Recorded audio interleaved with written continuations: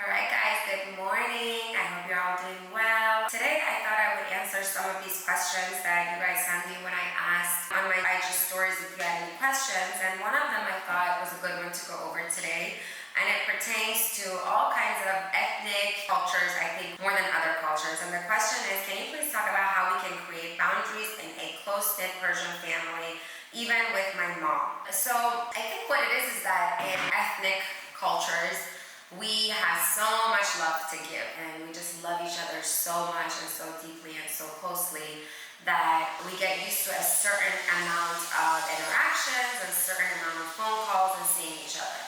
There's absolutely nothing wrong with that. If both people are on board, it is wonderful. If one person, like this kind lady here, is feeling overwhelmed, I would say the first way to create boundaries is to have an open, honest conversation. And it's really weird because even though you think maybe you're gonna upset the other person, when you're really open, honest, and authentic, especially with your family members, and when you kind of explain your side of things, they actually end up feeling closer to you because they understand that you're explaining something to them that is deeply rooted in your heart. So my best suggestion would be have an open, honest conversation and state your reasons as to why you need some space, and be logical about it. Don't go from seeing your family 7 times a week to seeing them once every month. That's obviously not going to go over very well. So you always want to start out slow.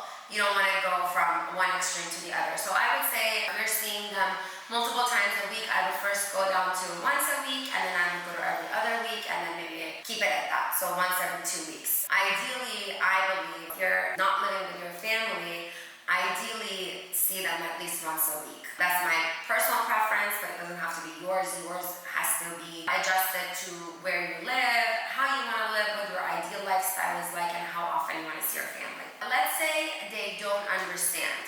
My suggestion would be, if they don't understand, that you kind of establish a routine and you stay with the routine so much that it becomes a normal part of the schedule. And when things are really consistent, people get really used to that routine. So suggest that, from now on, Mom, I will be coming over once a week, and it's going to be, if it works out for you, a Thursday afternoon. So make sure the date works. And every Thursday on the hour, go and see your family, so that relationship is established in a sense with boundaries and with a schedule. Now, let's say the boundaries we're talking about are not really about seeing each other, but more about how someone wants to tell you what to do and influence you and tell you how to live your life. I would say exactly the same thing as the other example I gave.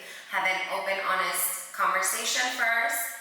If it goes well, great. Keep decreasing their level of involvement and increasing your level of independence.